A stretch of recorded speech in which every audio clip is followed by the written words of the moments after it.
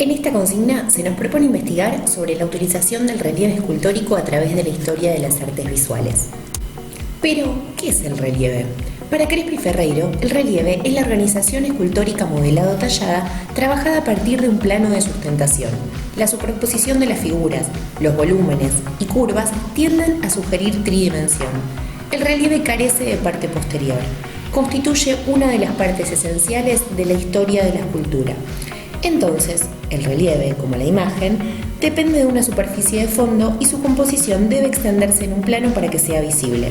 Si hacemos un breve recorrido por los vestigios de antiguas civilizaciones, encontraremos gran cantidad de relieves, de frisos, ya que pueden narrar temas o representarlo. Además, que al estar adosada a una superficie de fondo, se reducen los problemas de peso y equilibrio físico. Pero, ¿qué es un friso? Es una banda horizontal de azulejos, tela, papel u otros materiales con el que se protege o se adorna la parte inferior o superior de una pared. Referido a la arquitectura, un friso es la parte intermedia de las tres que constituyen el entablamiento de un edificio clásico, situada entre la cornisa y el arquitrabe.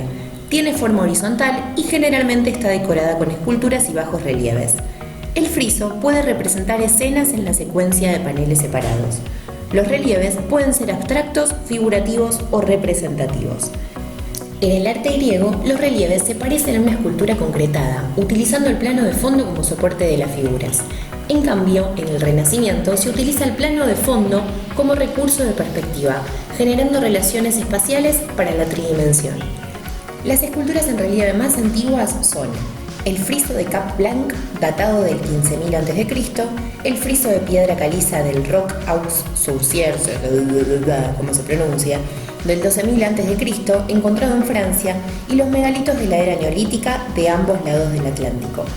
Del 3500 al 600 a.C., los relieves se encontraban en la superficie de los edificios de piedra. Vemos un ejemplo de Babilonia, la puerta de Ishtar, conjunto de leones y dragones realizados en bajo relieve. Del arte asirio tomamos como ejemplo la cacería de los leones. Los relieves de los palacios tienen escenas que ponderan al rey. En Egipto vemos cómo utilizaron el relieve hundido.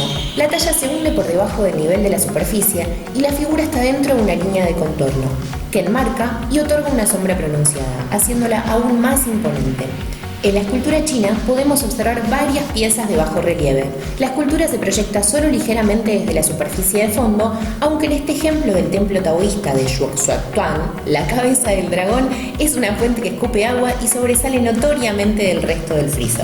Pero no podemos seguir hablando de los frisos sin antes ver esta superobra del Partenón, en Grecia, donde predominan los altos relieves.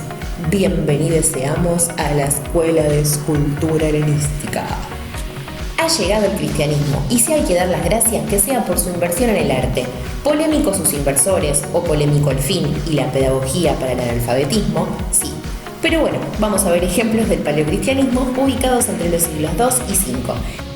El arte religioso católico hace un gran énfasis en la escultura en relieve.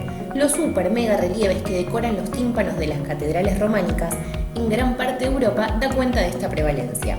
Llega el turno de los góticos y su exageración en los relieves. En India veremos unos relieves escultóricos con temáticas eróticas. Las imágenes son del templo de Kandamilla Madhava.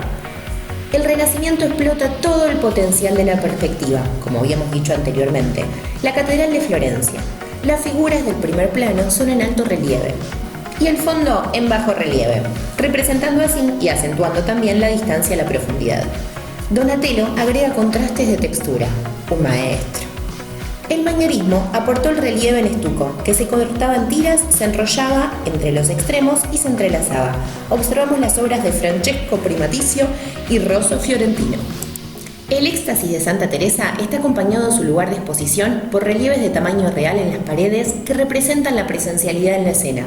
El neoclasicismo, su filosofía y estética, aportó claridad, austeridad, equilibrio y alivio, estilo pictórico en sus relieves. La representación de la figura humana deja de ser predominante hacia el siglo XX. Saludemos a la abstracción. Aunque si dejamos la mirada eurocentrista de la cual estamos sumergidos inconscientemente y vemos la true de la milanesa, la escultura abstracta estaba en este lado del continente, desde los altares olmecas hasta la serpiente emplumada, los relieves del campo de pelota, las figuras sonrientes mayas, las estelas, los detalles de los mosaicos toltecas. Podemos observar la utilización de módulos para representar, por ejemplo, a la serpiente, animal muy adorada para estas culturas. Los aztecas y su piedra de los soles, los quichicientos glifos y las infinidades de significados traducidos a las lenguas que hoy hablamos. La majestuosa estela Raimondi, el dios de los cetros, de casi 2 metros de alto. Hasta los aros eran realizados en bajo relieve. El noroeste de este territorio ya tenía el toque argento y empezó a pintar para simular el relieve. Y bien pillos los de la cultura Santa María le sumaron la integración de 2 animales venerados, las aves y adivinen quién, las serpientes. El arte americano corporizó una expresión de culto plástica.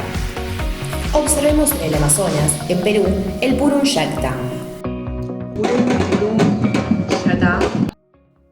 Cuando se invade el continente y se intenta imponer un modelo de cultura eurocentrista, se genera un arte religioso, pedagógico por el nivel de analfabetismo hacia esas lenguas y unificador, que gracias a la resistencia y lucha de nuestros pueblos originarios, hoy podemos decir que tenemos un arte fragmentado latinoamericano al cual revalorizamos mucho.